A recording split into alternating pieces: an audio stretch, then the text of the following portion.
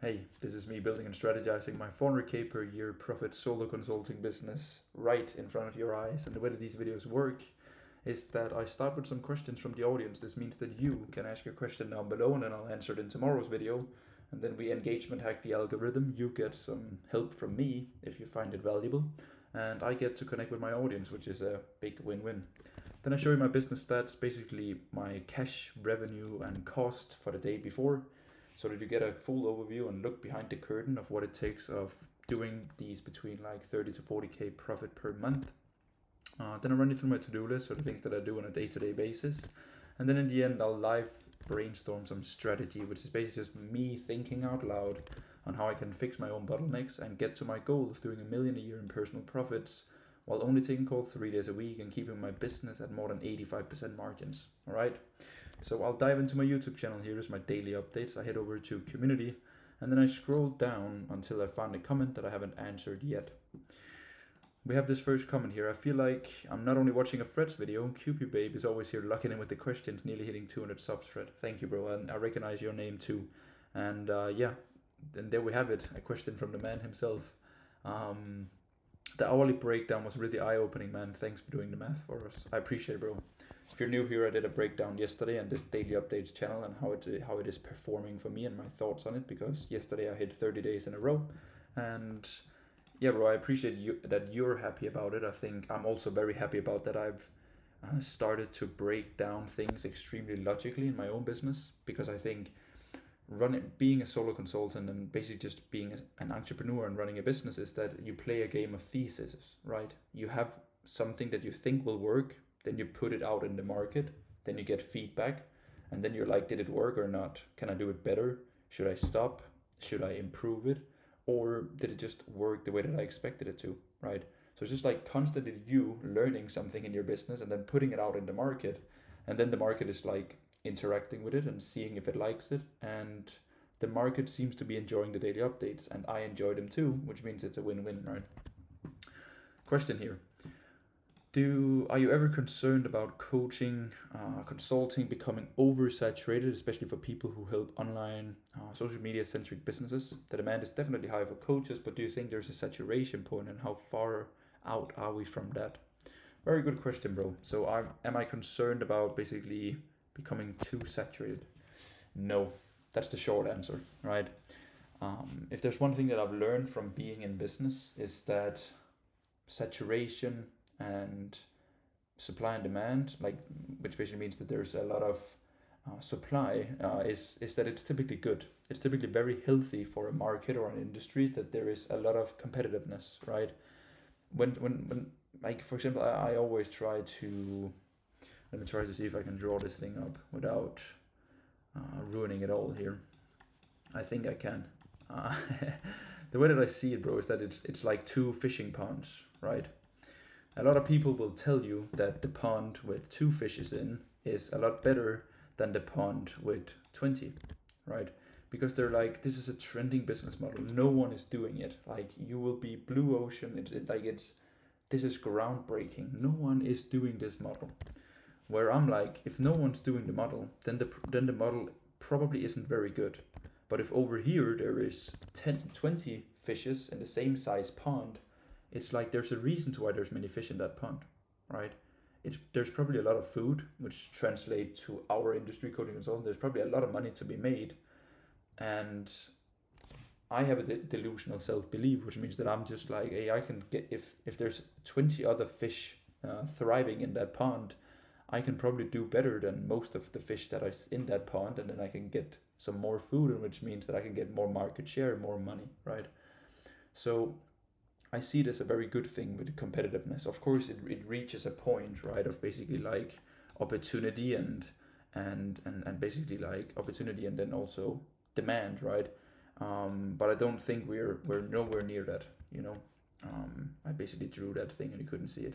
But to answer your question, bro, I will never. I don't think it will ever see saturation in coaching and consulting. The consulting space has been around forever. There's always been coaches. People need people. AI is never growing faster than ever. We need human connections. We need. Social media is growing faster than ever. So I no, bro. To answer short and sweet, no, I do not think so.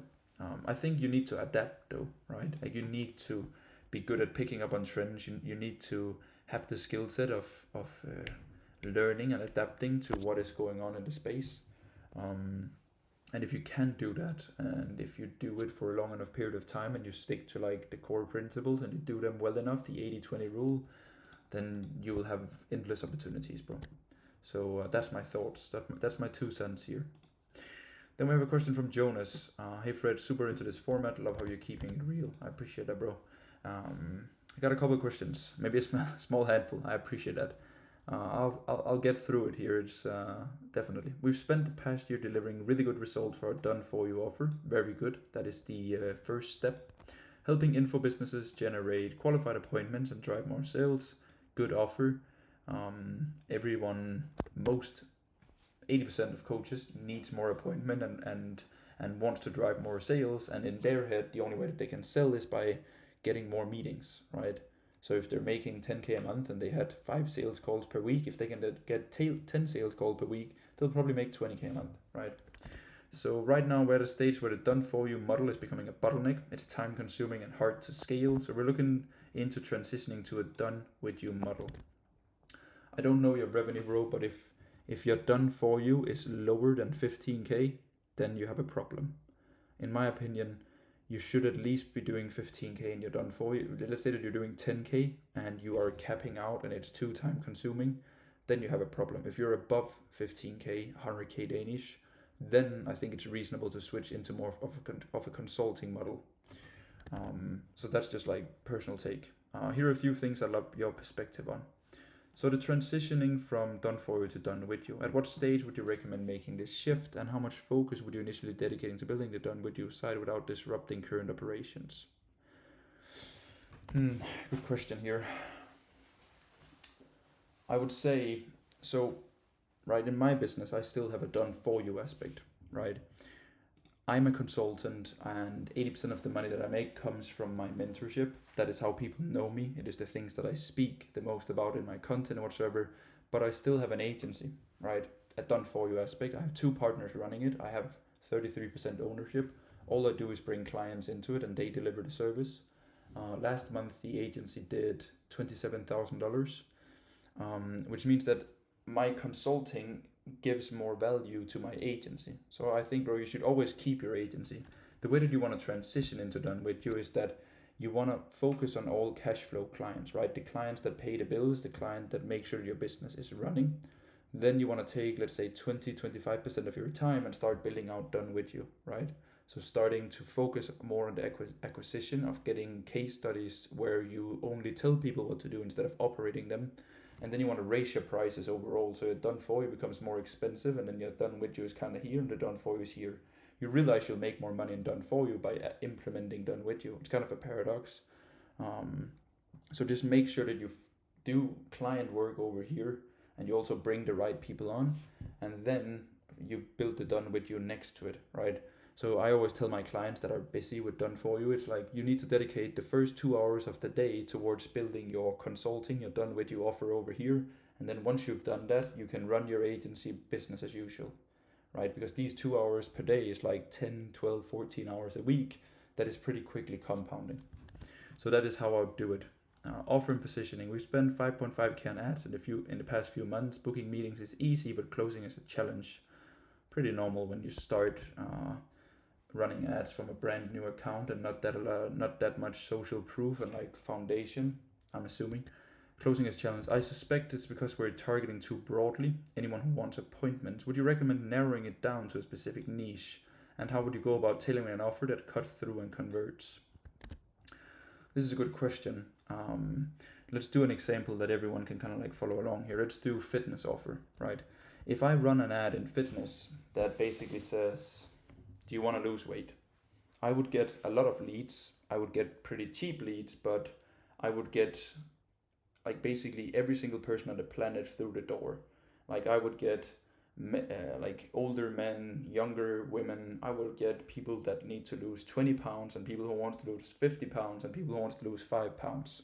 Like I would get a lot of people in because I put it out very broad, right? So the leads will be cheap but hard to convert because I don't know much about them other than they want to lose some weight, you know. We can also take it a step further of like, do you want to be more healthy? Well, what is more healthy? Is that better shape, more muscles, dropping weight, you know? So like broad call outs. Then I could be like, are you a woman who wants to lose weight? The lead price will go up, but now I get only women, and I only get women who wants to lose weight into my funnel, which means that my organic content can basically warm these people up, right? Then I can be like, are you a woman between 20 and 30 years old who wants to lose weight? Then I can say, are you a busy career woman between 20 and 30 years old who wants to lose 10 pounds, right? Every time that I add something to my call out, the lead prices go up, but these people are typically easier to convert because I become more of an authority when I serve less people, right? I serve a very small niche of people. I serve people who want to build a personal brand, people who are in info, people who are doing at least 5 to 10K a month and has case studies and wants to grow into a one core product, 3 deliverables, the digital coffee shop, right? And then once I have that cash flow and I have this business, I'll slowly broaden it out over the next 5 years. I'll broaden it up. And in the end, I'll be like Alex Hormozi, speaking extremely broad and having multiple different parts inside of my business that takes care of everyone. But I'm not in that position yet, just like you're not, bro, either. So definitely more niche call out, position yourself as the go-to guy within a specific niche. So create long form YouTube videos for a specific group of people, create short form for a specific group of people. And then once you have that on lock and you're doing consistently 30 to 50K a month through your digital coffee shop in lead generation for specific info and business niche, then you can make more broad content. All right. Always, bro, past few months, I'm assuming like 2 to 3 months, always broaden out your ad spend for 5 to 6 months because the sales cycle in info is very long. I would recommend you're probably not running any ads now because it was unprofitable for you, but I'd recommend you to start some retargeting to just like follow up with the people that have seen you and maybe make it a little bit more direct, the retargeting, and a little bit more niche call out. All right, content. I've started posting a few YouTube videos, mainly to build a skill set, good, and over the fear, good. But honestly, content hasn't really been a priority, so the quality has been really shit. Well, bro, the main thing is just getting something out there. You know, like your content will never be perfect. It will always feel like shit, but it doesn't matter. You just need to get stuff out there. So up until now, my content has been a mix of personal stuff, blog style posts, behind the scenes, lesson learned, more about documenting than strategically building a brand. Is it worth continuing to post low effort content just to improve and stay consistent with the mindset some reps are better than none, or does it actually hurt more than it helps going all in on quality and direction? You need to make the switch from behind the scenes personal content to business content that your audience can learn something from. The harsh reality, bro, is that Bress Scales, Iman Gadzhi, Daniel Dahlen, the biggest players in the online business game, can make these videos and they perform, right? Because they have something that you and I don't have, a cool fucking life and a cool story. We don't, bro. Like what we have is that we have a very specific knowledge within a specific field that we're really good at, that makes us a good amount of money every month. And that is the thing that you want to talk about. No one cares about a little fish. So what people need to do is that they need to remove their ego and just create business content, build that channel, build cash flow, really prove themselves, and then you can broaden it up if you want to. I have no interest in sharing my personal life or like day-to-day or vlogs or these kind of things. I'm here to make money with my business and work with very cool clients. I'm not here to be famous. And I think you're the same without knowing you. So what you want to do, bro, is that you don't want to look at it as like low quality content, low effort. You want to measure your content by this simple parameter here, VPS, value per second. So how much sauce can you give away to people per second so that they actually learn something, so that you position yourself as an authority. That is the only number you want to focus on, bro. And that doesn't matter if you have a good camera or you're shooting on an iPhone. It doesn't matter if you have a Shure SMB7 or you have a small DJI mic. As long as it's just good, the things that you say, then you're good. So switch to business breakdown videos. It will make you a lot more money. And then you can invest that cash flow into maybe more lifestyle in the future. But I wouldn't recommend it now. Yeah, from your perspective, at what stage would you double down on content as a serious growth lever, and how would you balance it with everything else in your plate? I think again, allocate a few hours per day to growing the done with you. Content is a large aspect of it. Ask yourself, bro, where do you see yourself in 5 years? If you see yourself with a large personal brand, then the faster and the more output and the better output that you can get as early as possible, that will then compound over time. That is the main thing. I just make business breakdown videos. I make these daily updates videos because, I think I've said it multiple times, but that's my philosophy. A business breakdown. So go first, bro. Nail one niche, right? So like, let me see here. There we go.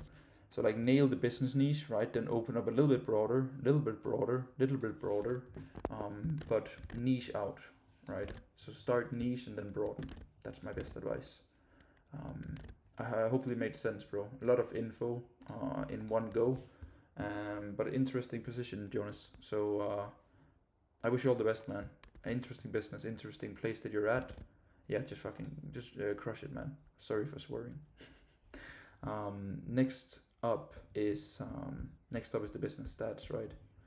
Let's see, where we go. Next up is business stats. So let's run it up in the Excel sheet here.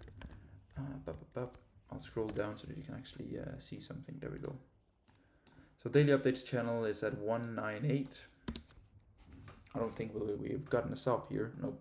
198. I'll switch over to my main YouTube channel, which is at 6313. So as you can see, my main channel is absolutely cooked and it is not growing as of now. Neither is Instagram. So very slow for the social channels. At the end of the day, it's not really that important, but it still is important because, I want to see if there is a correlation with me growing in subs and followers of me making more money. I'm pretty sure that there is, right? So not good. It's horrible. That is my biggest bottleneck, and I need to fix that ASAP. That is, I think that's a pretty good way of putting it, huh? Basically what I did today, not a lot. It's Sunday, so I just built my program. Yesterday I had a family gathering from like 2 p.m. until 1 a.m. So then I'm basically just been a little bit cooked today. I did gym. I can really feel that. Before last week was basically just me catching up after traveling for 3-4 weeks and then a family trip, and then I was very much behind. So like last week I basically like broke all the rules within my business of which days I was taking calls, because I just had to prioritize clients and basically just relations and people and just getting back on track. And then the whole of yesterday was spent very social at a family gathering, which is just life, you know. So today I've just been like resetting a bit, building out the course, hit the gym, and then I'll take a slow evening, and then next week I'm fully back on track. So yeah, that's basically the update. No strategy for today. No strategy. That's just how it is. I need to. I have a dinner appointment in 10 minutes here, so I think I'll just call it here. Actually, looking forward for daily update tomorrow and basically just next week, because then we're back on track. Yeah, I really appreciate you following these videos though. Today my energy levels was extremely low, so I didn't want to do this thing. I promise you, if you're watching this, we're 18 minutes in. I didn't want to do it today, but I feel much better now that I did it, right? That I pushed myself through it, because I promised myself that I would do one of these every day, regardless of how I feel. So yeah, that's the truth. Sometimes you don't want to do it, but you just gotta get it done, you know. I ask myself, if I was making 100k a month in profit, would I have done this video? Probably. Well, then I have to get it done, you know. And hey, I shouldn't be complaining. It's just me talking. Like, I'm not in the mines or fucking, no.